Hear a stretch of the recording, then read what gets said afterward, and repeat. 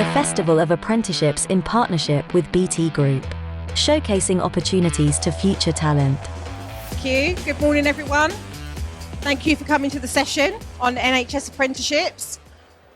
That's a bit bright. Yes, I'm here to talk to you about apprenticeships in the NHS. And I'm Jenny Stone. I'm the Apprenticeship Relationship Manager in the London region. And I work for NHS England. NHS England are the overarching body of the NHS. And you'll probably hear quite a lot about them on the news recently. And you'll probably hear more about them later today on the news because there's quite a big news article coming out. So apprenticeships in the NHS, we are the largest employer in England.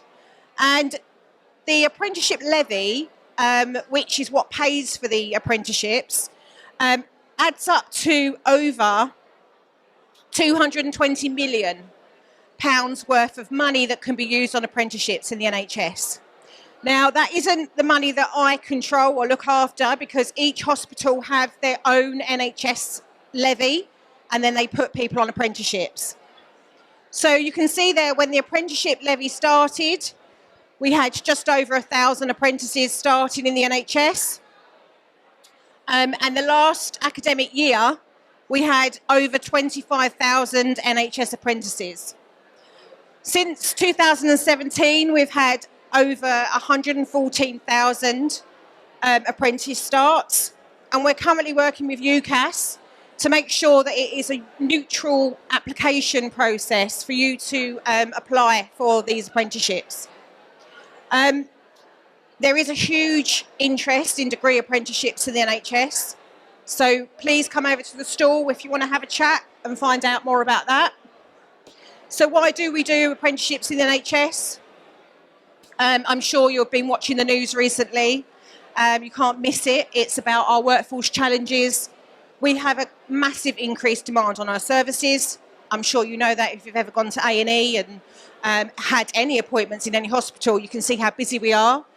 We have an ageing population. We have a demand for more innovative service to be able to deliver to our patients. We do have a maturing workforce. I've worked in the NHS for nearly 25 years. And normally when you start in the NHS, you do normally have quite a long career in the NHS. But we're all getting old and we need young blood to come in and take over. So there is an overall reduced funding for any sort of education at the moment because of the way things are. So the apprenticeships is the way forward.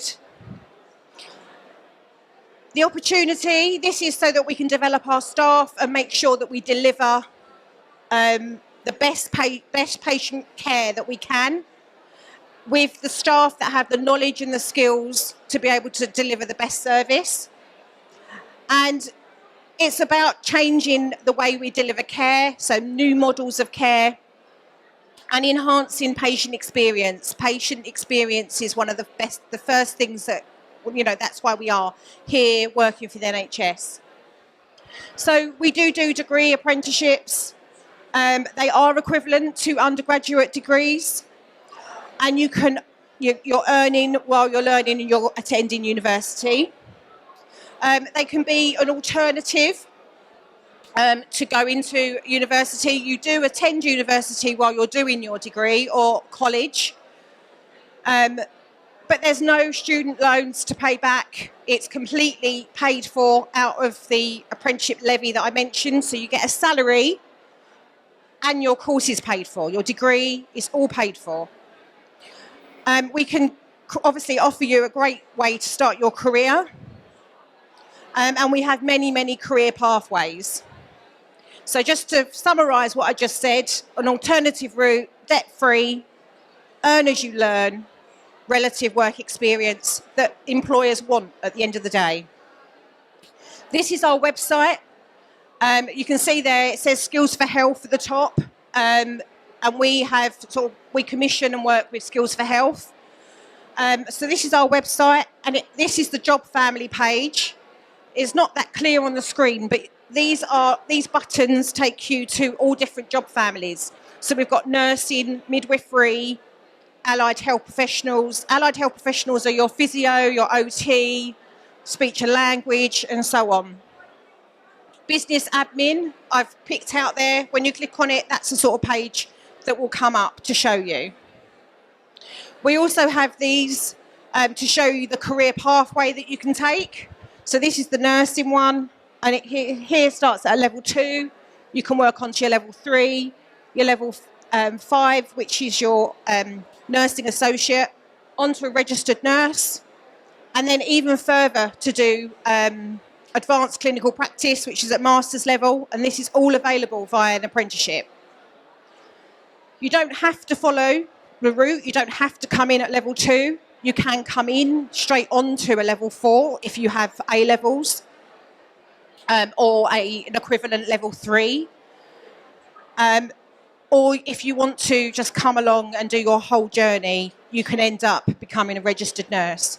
If you go over to the GOSH stand, we do have some nurse apprentices over there if you want to talk to them, and they're doing a talk soon. And this slide, this is about the allied health professionals. And here, as I say, it's not very clear, but it says you can become a podiatrist, speech and language therapist, a physiotherapist, an occupational therapist, dietitian. There is just radiography. There is just so many apprenticeships in the NHS, all at degree level and masters. So we have our health career website. And if you come over to our stand, we've got the booklets that has the 350 different careers in one NHS. People tend to think when we ask the question, how many careers are there in the NHS? Some people say about 10, 20. There's actually over 350 different careers in the NHS. And this page has a dedicated NHS apprenticeship page as well. There's also a quiz for you to complete. If you're not sure what career you want to take, what direction you think you might want to work with children, or you might want to be working in psychology, but you're not really sure what job it is you want to do, you can follow this quiz. It takes about 5 minutes, and it points you in the direction of different careers and different job titles that you might want to search for when you're looking for an apprenticeship. So what are we looking for? We are not looking, it's not an easy option. Please don't think that apprenticeships are an easy option, because they're not. You will be expected to achieve academically and at work. You have to manage your time, and you have to adjust to long hours, less holidays than school and university. So obviously if you go to university, although you're paying and you have student debt, you do get those holidays. If you do an apprenticeship, you're working the whole year round. You do get holidays because you're an employee of the NHS, and you get lots of NHS benefits, and you get sick pay and everything else that comes with that. But it isn't like, oh, well, I'm just going to go and do that because it'd just be easy. You have to have appetite to learn. We need you to be self-motivated and really want to be able to do the apprenticeship. You need to be enthusiastic. You need to be interested in the role that you're doing. Don't just think, oh, yeah, I quite fancy being a midwife, I'll just come along and do that. You need to really have an invested interest in doing it. One of the most important things with the NHS is our values. So you must look at our NHS values. Each hospital, NHS Trust, have their own set of NHS values. It's really important that for any NHS jobs that you go for, you look at that hospital's values. You will be asked in an interview. Without a shadow of a doubt, you'll be asked about their values. So you need to go armed. The NHS Constitution as well. This is all your homework if you're looking to come into the NHS. So what are the behaviours and values? So it's about working together for our patients, respect and dignity, everyone counts, commitment to care and quality, compassion and improving lives. And the NHS values will be based on all of these outlined here. If you feel that you don't express these values, then maybe the NHS isn't a place you want to work. Not everyone, it's not for everybody, but you do need to have these values. So applying for the NHS, an apprenticeship in the NHS, You need to go on to NHS Jobs. It's the national website for all NHS jobs. There's also another NHS job website called Health Track. And you can set up alerts. So you put the search word sort of apprentice, London, and within a certain radius of where you live. And you'll be sent weekly or daily, whatever you tick, you'll be sent adverts for those apprenticeships. There is no fixed deadline when you're applying for an apprenticeship in the NHS. We don't just take on apprentices that all start in September. It's all year round. So make sure that you keep an eye out and that you set up alerts, and they'll be sent to you all the time. The applications are online, so it's not a CV. Sometimes training providers do help you apply it with a CV. I mean, it's always good to have a CV and you can copy and paste over to the application, but you must be applying online on the NHS Jobs or Track portal. The good thing about it is when you've set one up, you can copy over to another application. So once you've put all your information in, your personal information, your address, your date of birth, all your qualifications, when you go back into that account to apply for another apprenticeship, they'll say, do you want to use this application that you've previously done? Say yes, and then obviously make sure you change the application to suit the new job role. But all your qualifications that you've put in previously are still going to be there. There's some hints and tips online. These are a lot of different career websites. We've got Step Into the NHS. I don't know if you want to take a photo, any one of this. And if you just Google the bit that's in black, these are the websites. Amazing Apprenticeships. And then there's the apprenticeship guide. And then this is our website at the bottom here. There's also the government Find an Apprenticeship website, and you can register on there as well. But I'll be honest, not all NHS apprenticeships go on there. Some do, but not all of them. The best place to look is NHS Jobs and NHS Track or Health Track. There's also a higher degree apprenticeship vacancy listing with Amazing Apprenticeships.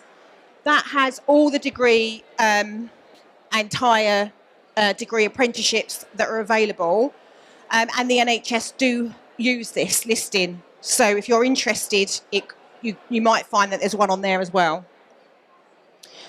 This is a snapshot of the apprenticeships that are available today in London.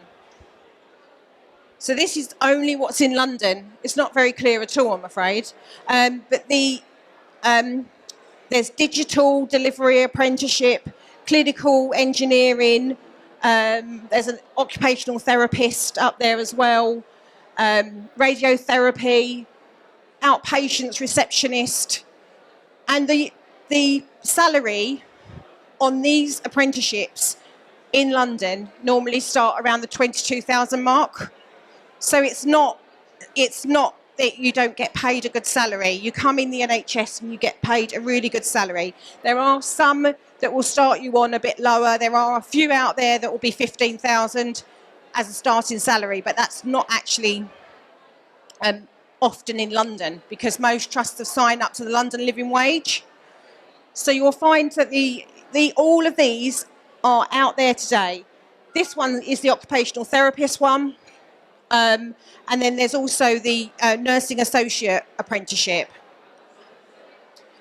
This is what it looks like on NHS Track Jobs. And you can see here, again, this is just a snapshot of what is on there. This was on there yesterday. These are all the apprenticeships, and this is just London. So there are so many out there. I think there's some pharmacy ones on there. There's clinical associate in psychology. There's all sorts. So I'm going to stop there with a couple of minutes to go if anyone's got any questions.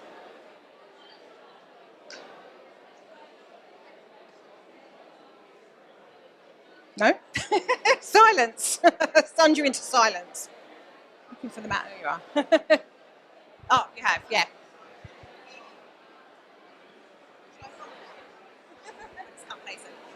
You had a apprenticeship for a radiology therapist, do you have to have any qualifications in radiology or any entry requirements for science or anything like that? Right, okay, so I think everyone heard that about the radiography, no? So there was one on the screen that was for radiography, and the lady was asking if you need, like, what entry requirements you need for that. To be honest, it is quite different with every different hospital, and it's also quite different with different universities. A bit like when you are applying for university, the entry requirements, even for apprenticeships, can be slightly different. As a general rule, English, maths and science, especially for a clinical degree.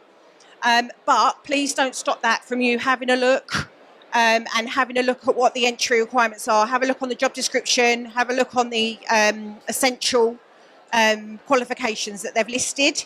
And even if there's something on there you haven't quite got, I would still urge you to apply. And then obviously they will be able to advise you on that going forward. But there may be that you've got a different qualification that may well be able to be transferred across at that level. So it's always worth asking. What kind of things in your application would help your application stand out that you would have in your application? So this lady asked about what would help with the application. So you thinking work experience? Or? Like what kind of things would they be looking for that would make yours stand out? Okay, so what kind of things will stand out in the apprenticeship application?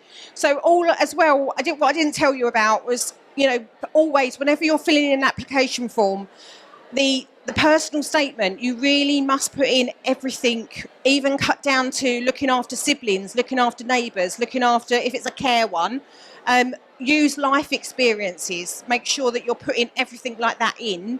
If you can get work experience, then obviously that is an option. But since COVID, we have had, they've really cut back on the amount of work experience. We are lifting it back up again now. So if you can get out and do some work experience, that would really help. But make sure that you don't just write, I want an opportunity to do this. You need to really look at the job description and exactly state how you meet it and use life experiences against meeting those objectives. Okay, it's dead on 20 past. So if anyone's got any more questions, we're literally just over there, but underneath the number 11 entrance. So come over to us and ask us questions. I know that Great Ormond Street Hospital are also doing a talk in 20 minutes. Or 11:40. So come along to that if you're still interested in finding out a bit more about the NHS apprenticeships. Thanks. The Festival of Apprenticeships in partnership with BT Group, showcasing opportunities to future talent.